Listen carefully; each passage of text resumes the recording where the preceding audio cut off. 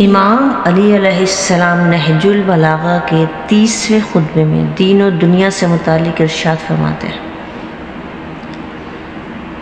حمد خدا کے بعد واضح ہو کہ دنیا منہ موڑ چکی اور اپنی وداع کا اعلان کر چکی اور آخرت ظاہر ہونے والی۔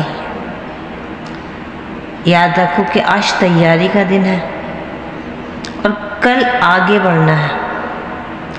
جس طرف آگے بڑھنا ہے وہ جنت ہے، اور جہاں بلا اختیار پہنچ جائیں گے وہ دوزخ ہے۔ کیا موت سے پہلے اپنے گناہوں سے توبہ کرنے والا کوئی نہیں ہے؟ کیا سختی کا دن آنے سے پہلے عمل خیر کرنے والا کوئی نہیں ہے؟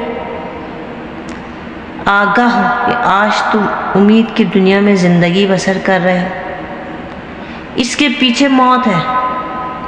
تو جو شخص موت سے پہلے امیدوں کے دنوں میں عمل کر لیتا ہے، یہ عمل اسے سود مند ہوگا اور موت ضرر نہیں پہنچا سکتی۔ اور جو شخص موت سے پہلے امید کے دنوں میں کوتاہیاں کرتا ہے، اس کا عمل رائگا جاتا ہے اور موت اسے نقصان پہنچا سکتی ہے۔ دیکھو، اطمینان کے دنوں میں اس طرح عمل کرو جس طرح خوف کے وقت کرتے ہو۔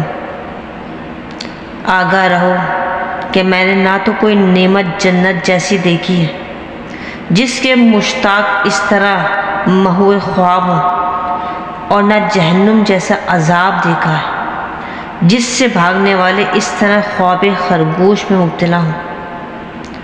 جسے حق فائدہ نہ پہنچائے، اسے باطل ضرور نقصان پہنچائے گا۔ جسے ہدایت ثابت قدم نہ رکھے، اسے گمراہی کھینچ کر ہلاکت کی طرف لے جائے گی۔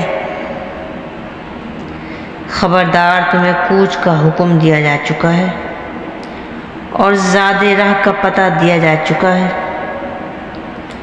مجھے تمہارے متعلق سب سے زیادہ 2 چیزوں کا اندیشہ ہے، ایک خواہشات کی پیروی، دوسرے لمبی امیدیں۔